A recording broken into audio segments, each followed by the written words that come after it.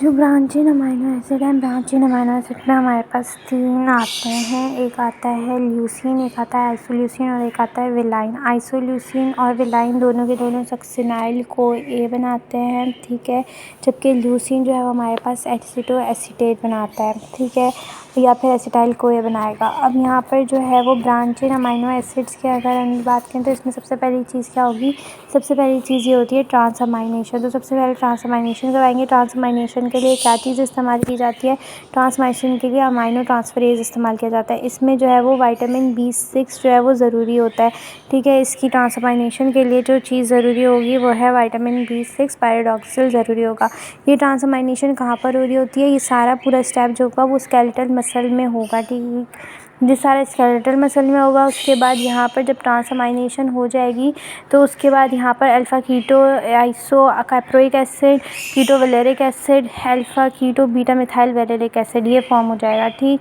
अब इसमें कीटो iso caproic acid इसको कन्वर्ट कर देंगे किसमें, पायरुवेट। ये जो है वो पायरुवेट में कन्वर्ट हो सकता है। पायरुवेट जो है वो एलेनिन में कन्वर्ट हो सकता है। ये जो है वो ग्लूटामेट में भी कन्वर्ट हो सकता है। तो इस तरह से ग्लूटामेट और एलेनिन इन दोनों की भी जो है वो फॉर्मेशन हो रही होती है कहाँ पे, स्केलेटल मसल के अंदर ही, विया ब्रांचीन अमीनो एसिड मेटाबॉलिज्म।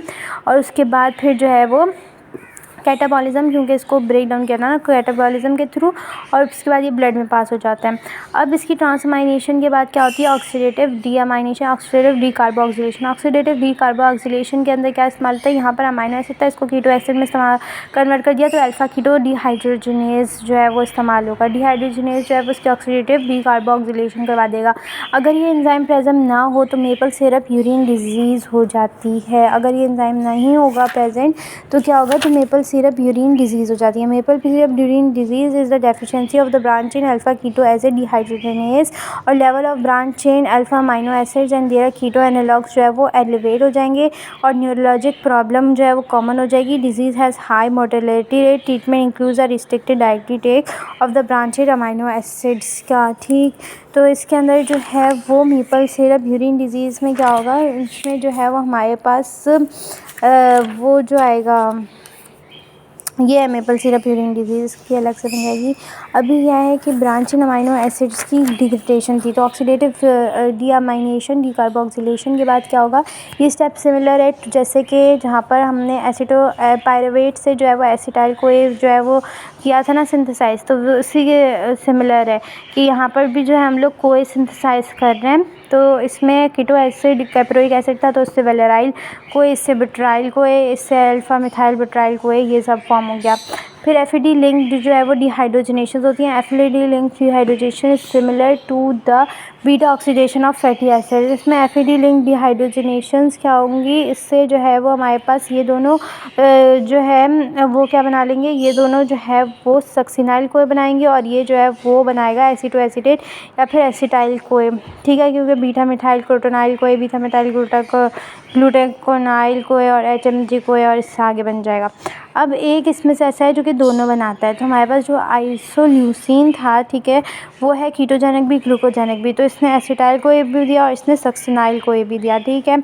अब ये जो सक्सिनाइल को बनाते हैं वो था वेलिन, आइसोल्यूसिन, थ्रियोनिन, ठीक है, ये तीनों और एक और नंबर फैटी एसिड्स जो होते हैं ये क्या बनाते हैं, ये बनाते हैं सक्सिनाइल को किस तरह से, और एक जो है वो अल्फा कीटो बुटाइरेट जो बन रहा था यहाँ पर, ये बन रहा था ना, ये वाला जो था जहाँ पर इससे अल्फ़ा कीटो बुटाइरेट निकल रहा था सिस्टर थायोनिन से, एक जो है वो सिस्टीन निकल गया तो अल्फ़ा कीटो बुटाइरेट बन गया था। तो ये वाले जो स्टेप्स है जिसमें अल्फ़ा कीटो बुटाइरेट जो है वो प्रोपेनाइल कोए में कन्वर्ट होता है और प्रोपेनाइल कोए जो है वो मिथाइल मेलोनाइल कोए में कन्वर्ट हो जाता है। अब मिथाइल मेलोनाइल कोए को सक्सिनाइल कोए में कन्वर्ट करने के लिए जो है वो मिथाइल मेलोनाइल म्यूटेज चाहिए होता है। अगर ये म्यूटेज नहीं होगा तो क्या हो जाएगा, तो ये म्यूटेज नहीं होगा तो मिथाइल मेलोनाइल एसिडीमिया हो जाएगा, मिथाइल मेलोनिक एसिडीमिया हो जाएगा।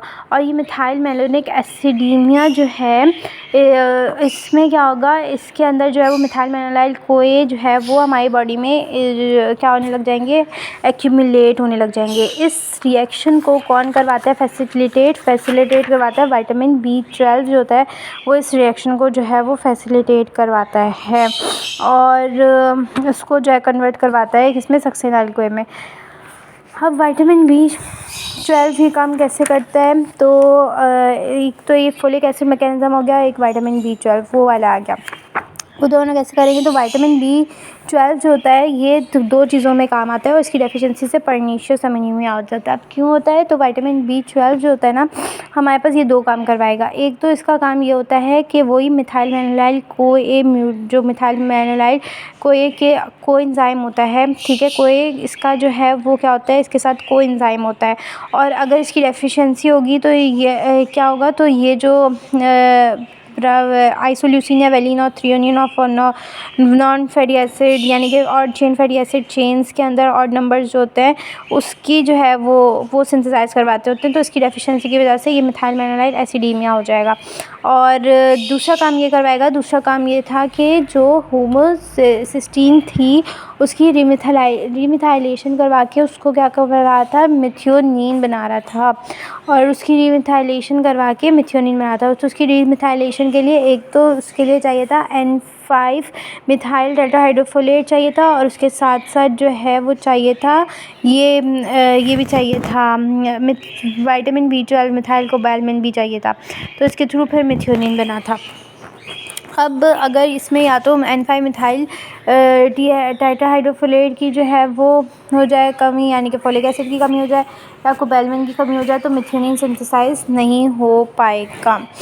तो उसका सिंथेसाइज होना अगर नहीं हो पाएगा तो हमारे पास जो है ये इनकॉर्पोरेट हो रहे थे सेल मेम्ब्रेन्स में और सेंट्रल नर्वस सिस्टम के साथ प्रॉब्लम्स कॉज कर रहे थे। अब कोबालमिन कैसा होता है, तो कोबालमिन जो है वो कोरिन रिंग से बनकर मिलता है। जैसे हीम के अंदर जो है वो परफायरिन रिंग होती है, इसीलिए इसी तरह इसमें जो है वो कोरिन रिंग होती है। कोरिन रिंग के बीच में जो है वो कोबाल्ट होता है, और ये जो है वो 4 एंड्स के साथ अटैच होता है। इसमें पायरिमिडीन रिंग्स भी होती है, जो पायरोल रिंग होती है जिसका जो कि डायरेक्टली लिंक्ड होती है विदाउट एनी ब्रिज, और ये जो है वो 4 नाइट्रोजन्स के साथ जो है वो क्या होगा, लिंक्ड होगा।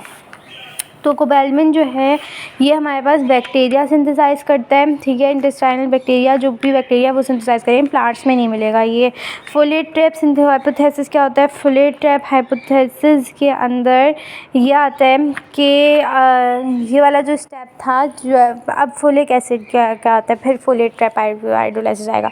फोलिक एसिड जो है ये इसकी सिंथेटिक फॉर्म है, इसको फोलेट कहते हैं, ठीक है, सिंथेटिक फॉर्म है फोलेट की फोलिक एसिड।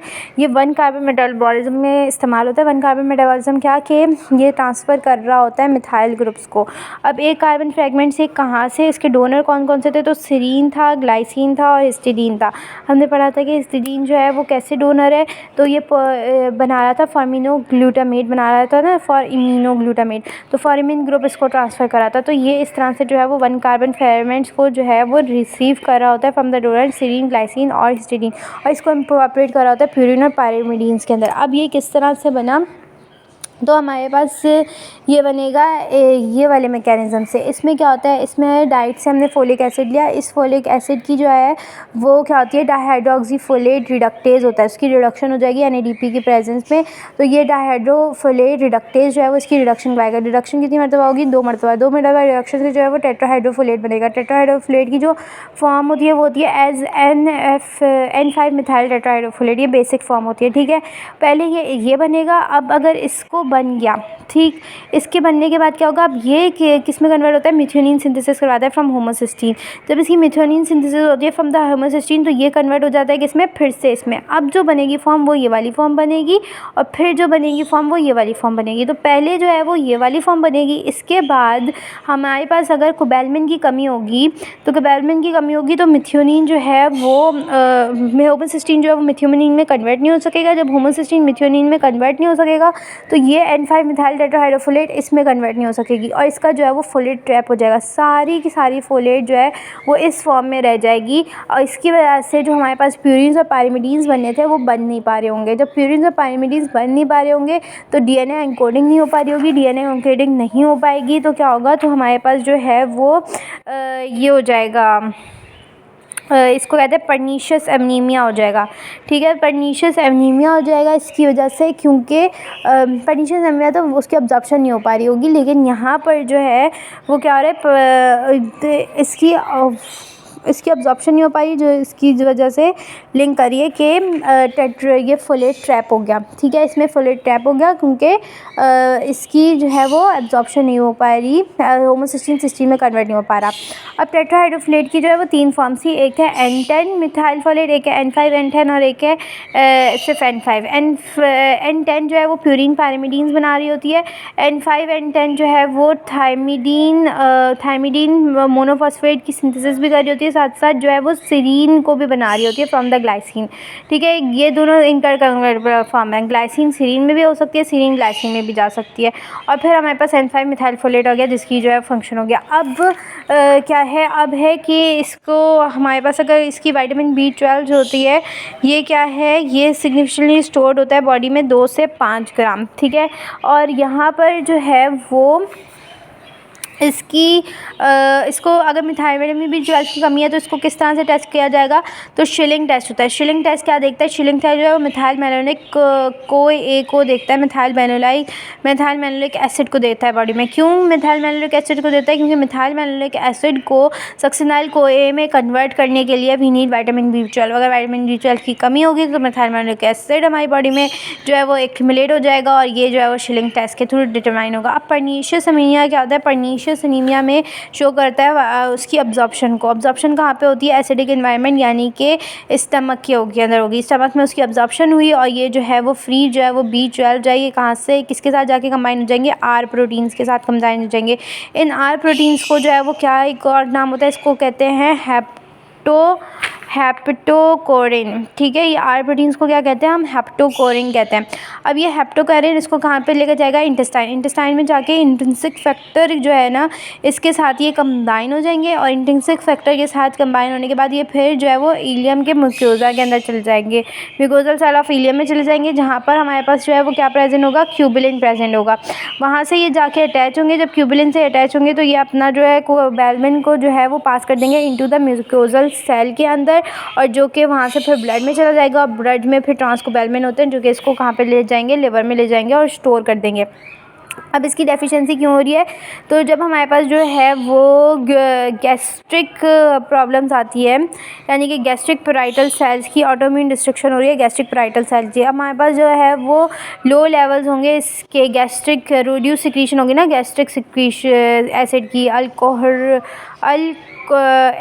एक क्लोराइड्रिया होगा। एक क्लोराइड्रिया क्या है, गैस्ट्रिक एसिड की रिड्यूस सिक्रीशन है। जो क्यों हो रही है, क्योंकि पैराइटल सेल्स जो यहाँ पर नज़र आ रहे हैं इसकी क्या हो रही है, रिडक्शन हो रही है, इसकी ऑटो इम्यून डिसऑर्डर है जिसकी वजह से इनको तोड़ा जा रहा है, डिस्ट्रक्शन हो रही है। जब इनकी डिस्ट्रक्शन हो रही है तो विटामिन बी जो ये था ना एंजाइम इंट्रिंसिक फैक्टर, ये प्रोड्यूस नहीं हो पा रहा। जब इंट्रिंसिक फैक्टर प्रोड्यूस नहीं हो पा रहा तो विटामिन B12 की अब्जॉर्प्शन नहीं हो पा रही, और ये लीड कर रही है इसकी तरफ, पर्नीशियस एनीमिया की तरफ।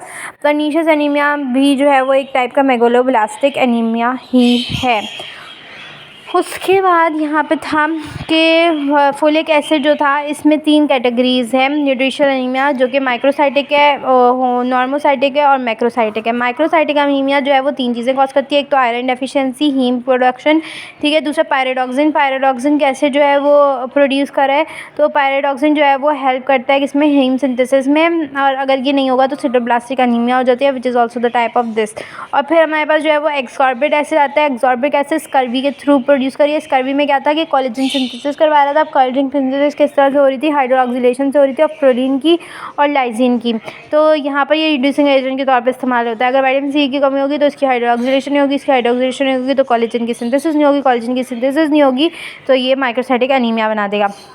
नॉर्मोसाइटिक एनीमिया जो है वो कॉज होता है स्किन प्रोटीन की वजह से, और मैक्रोसाइटिक एनीमिया जो है वो एक तो फोलेट की कमी की वजह से और एक विटामिन B12 की वजह से पर्नीशियस एनीमिया हो रहा है, क्योंकि इसकी अब्जॉर्प्शन नहीं हो पा रही। फोलेट की वजह से क्यों हो रही है, फोलेट और विटामिन B12 दोनों आपस में लिंक्ड हैं, पर फोलेट जो है ये हो रही है बेसिकली ये मेगालोब्लास्टिक एनीमिया कॉज करवा रही है, जहाँ पे मैच्योरेशन नहीं हो पा रही उसकी, किसकी, रेड ब्लड सेल्स की। यहाँ पर जो है वो DNA सिंथेसिस नहीं हो पा रही, यहाँ पर मैच्योरेशन नहीं हो पा रही। DNA सिंथेसिस तो हो रही है पर मैच्योरेशन नहीं हो रही।